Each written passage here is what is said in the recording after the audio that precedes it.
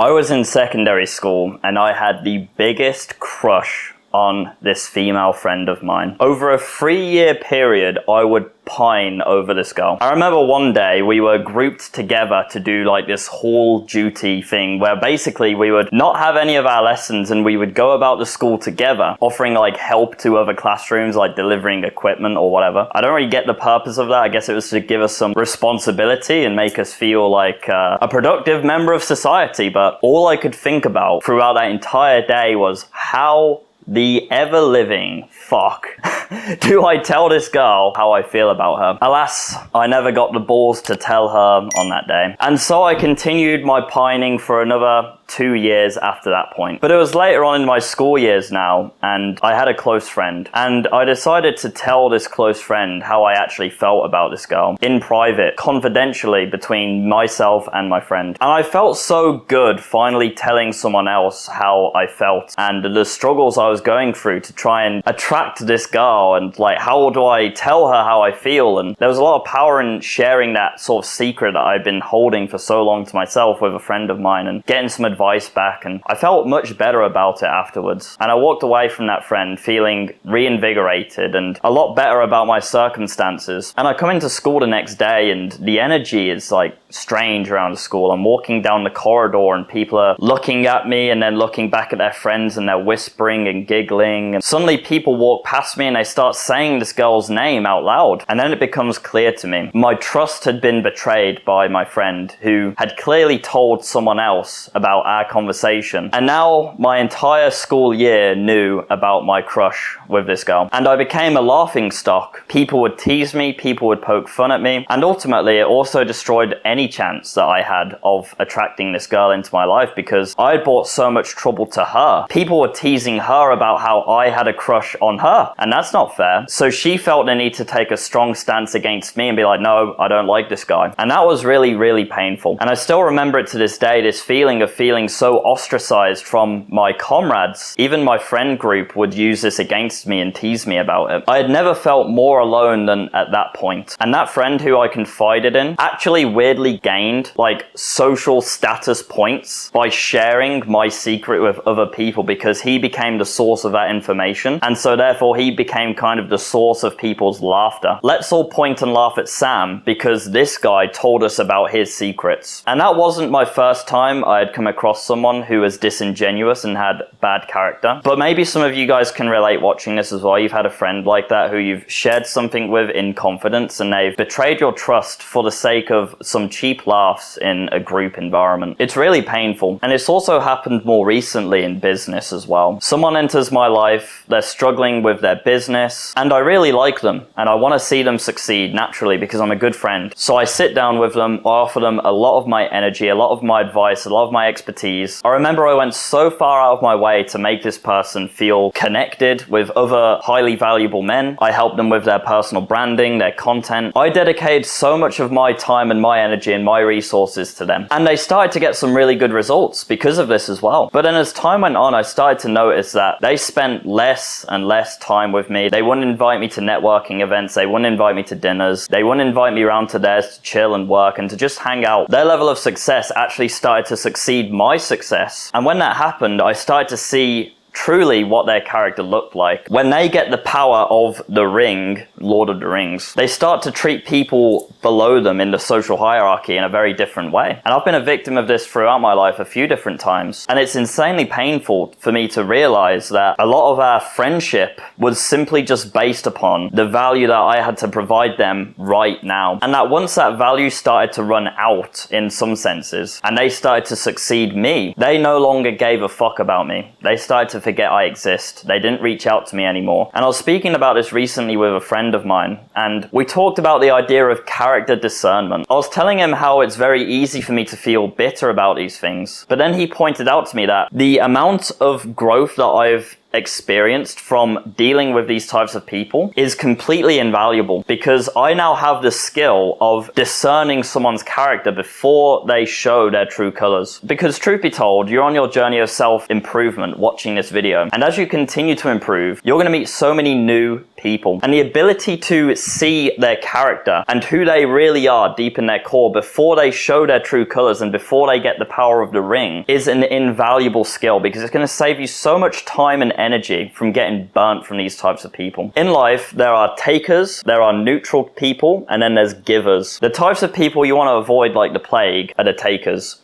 They take, they take, they take, and they don't give in return. And it's when you run into these types of people where you feel burnt. And it's very, very easy at that point when you get burnt to start to sort of black pill yourself, and you begin to like safeguard your energy, and you don't want to share wins and value of other people in case that happens again. But I'm telling you right now, that is the wrong thing to do. That is a coward's fix to this issue, because what that does, it makes you either a taker or a neutral person. And you don't want to be one of those guys. You don't want to be someone who either takes value from people and doesn't give back, or you're just neutral. They scratch your back and you scratch their back a little bit. These are not the type of people which you want to hang out with. And the thing is, if you're positioning yourself in that way, those are the types of people you're going to attract into your life. Truly, the most ultra successful people, and what divides people from being good to great, is their ability to literally selflessly give. And if you're positioning yourself as a taker or a neutral person, you're stopping yourself from becoming great. And these things always do catch up with you as well. Takers always win in the short term. They usually find success very quickly in life, but as quickly as it's given to them, it is just as quickly decayed away. And you watching this, you're in this for the long run. Your entire life is a journey of self-improvement. You don't want a quick burst of success and then immediately falling off. The type of people who burn you in life and the fake friends which you want to avoid all have one thing in common. They're selfish and they're greedy, and they lack any sense of loyalty. They're also susceptible to shiny object syndrome and forgetting who was actually rocking with them from day one. And this is a very dangerous place to be in, because if you look at a story like Mike Tyson, his original coach, which was rocking with him when he was a street thug, who built him into this absolute boxing megastar, when he passed away, very unfortunately, Tyson was very susceptible to these bad faith actors who didn't actually give a fuck about them. They just wanted selfish status and success for themselves at the cost of Tyson's career. And you watching this, you're susceptible to these types of people as well if you allow them to be. And if you don't develop the skill of character discernment, you might find yourself in big trouble. So let's together right now, I want you to close your eyes and I want you to think back to the times where someone has burnt you or hurt your feelings. And I want you to do what I did this morning and just take yourself through those motions and those really painful experiences. Think to the selfish reasons as to why someone might do that to you. My friend in school shared my secret with everyone because it would earn him social status points and make him the creator of a long-running sort of joke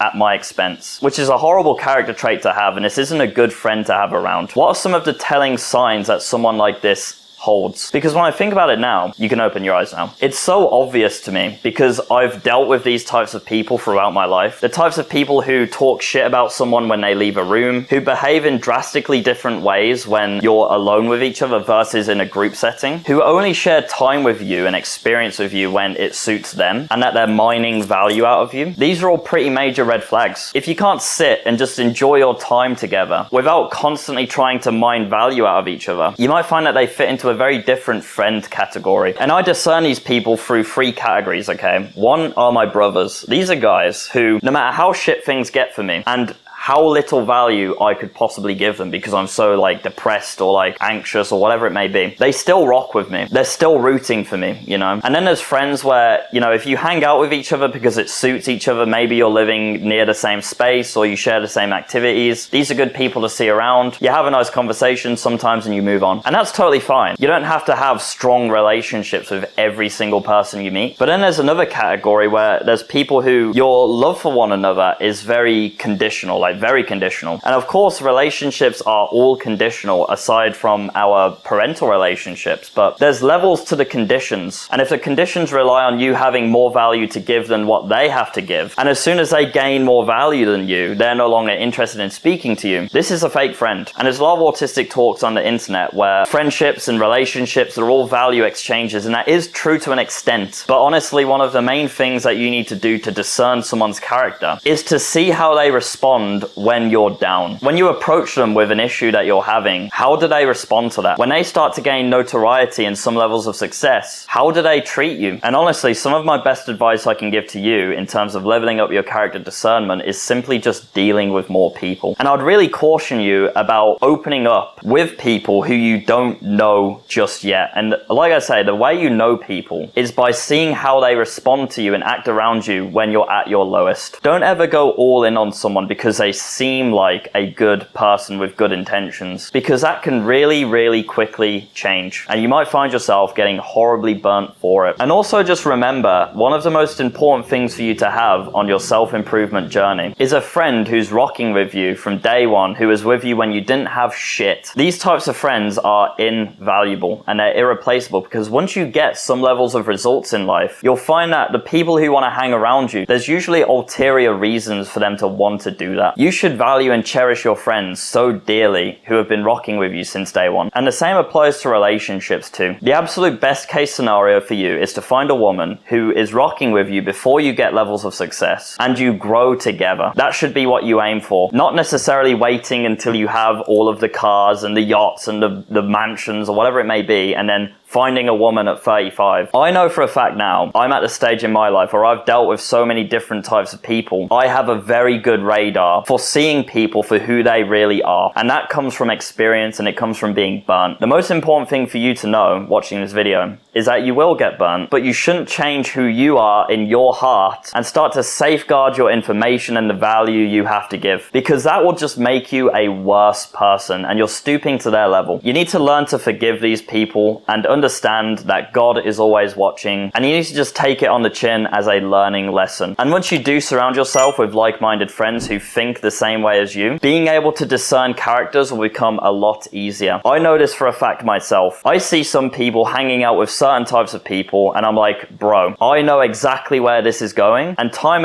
again I've been proven right. Roll with the punches, guys. Don't become bitter, become better. If you want to learn how to make money online from the comfort of your bedroom or traveling the world with your laptop, I teach over 500 of my students how to do exactly that. And as you can see on the screen, we're getting excellent results for my students. You could be next. Take care, guys.